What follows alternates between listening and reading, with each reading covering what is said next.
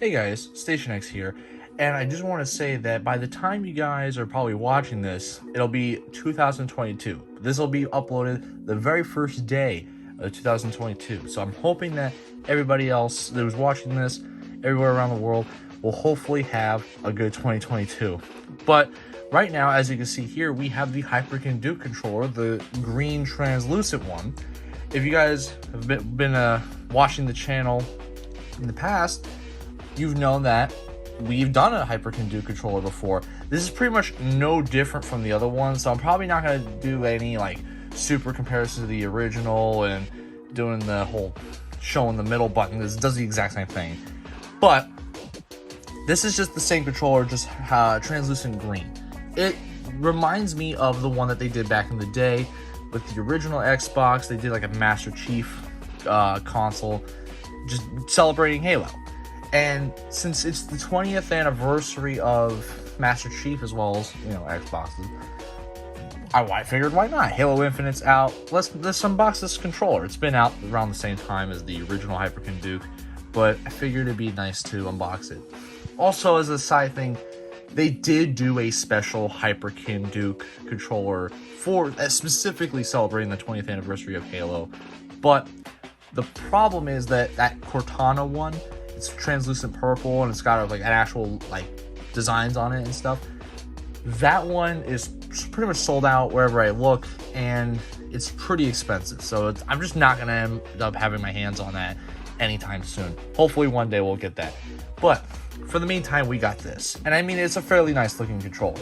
But one thing I will say, that my particular box, whoever mailed this to me, because I ordered this on Amazon, stuck the, you know, when you get mail, you have like this sticker on the box that has all your address and all that.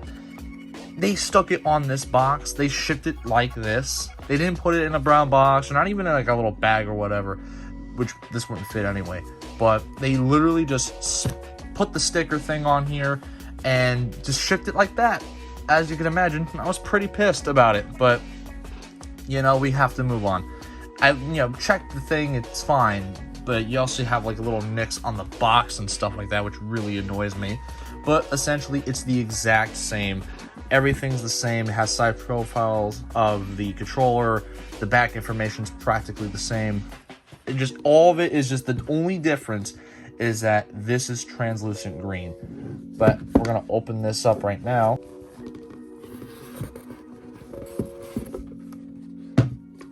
There we got the same greeting card things, the very special thank you to, quick starter guide. I'll open this up real quick. If you want to look at that, you can pause the video real quick. Just look at that. And then here we have the actual controller itself, along with the wire. It's using a regular USB cable, just like the one before. Yeah, like it's not USB Type-C or anything. They didn't update it to use USB Type-C, which is, you know, whatever. But still, since this is translucent, you can see the added benefit of seeing the inside of the controller. So that's actually kind of nice, because like this part specifically had the memory card, as I probably stated before, so you really couldn't, you know, like this stuff probably wasn't there, it wasn't shaped exactly the same, the insides, but you can still kind of see how the controller operates and stuff. And so I always really like translucent controllers. They're pretty neat. Comparing it to the original, I mean, I really like the shade of green that they used. I'm not too sure how different it is compared to the original version. I figured they try to make it close to the same as possible. And it just kind of reminds me actually of the N64 controllers that they did back, you know, like, and Nintendo did back in the day when they had like the different colors, like I forgot what it was. It was like the Fun Colors series. I forgot the actual name, right? But Nintendo did something similar where they made a bunch of different colors in translucent green, blue, red, whatever. And so it kind of reminds me of that same shade of green. So that's pretty neat. Pretty much everything about it's still the same though. You got the headphone jack, you got the shoulder buttons right here along with this little bit right here, although this is like the most translucent part about the controller. The triggers are very much still the same. I mean, of course, these bumpers are not the greatest, but they are used so that people who like playing modern, with modern controllers, obviously, they're used to having shoulder buttons here.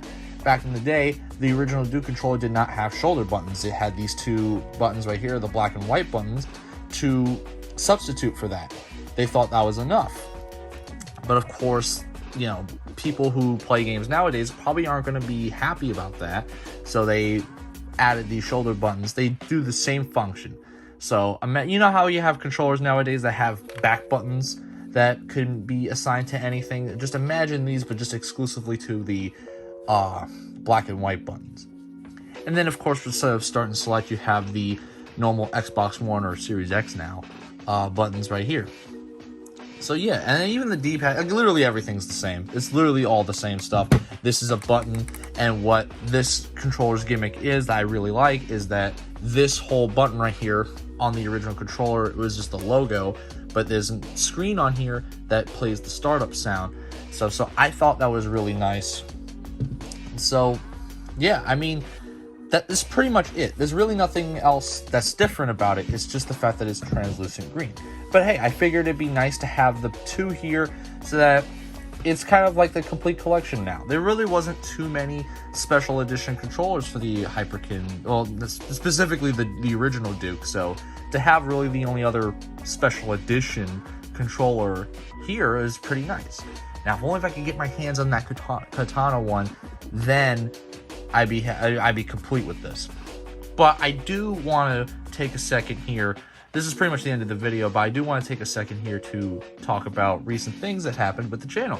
Nothing bad, just some good stuff. The fact that we've reached 100 subscribers, that was pretty awesome to me. I think as of recording, we're at 106 about now, but the whole hitting 100 part, now that I was pretty excited about. We were able to reach that within 6 months of me officially starting to do YouTube on the channel. My channel's been around for years at this point, but it was never really like a YouTube channel until I think June 13th, 2021.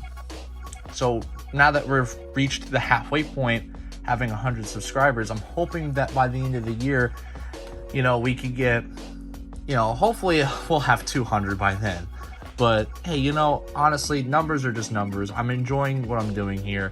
Just being able to show you guys just different controllers, products, just anything video game related just makes me happy. It's one of my favorite things to talk about, and I love talking about it. It's one of my favorite hobbies to do, in fact. So, I mean, just to be able to share my opinions, my thoughts about it, the fact that anybody kind of gives me the time of day, just kind of makes me happy about it. So, I mean, I'm happy that you guys enjoy it and that you guys seem to like what I'm doing. And hopefully, 2022 we'll see some more growth to that.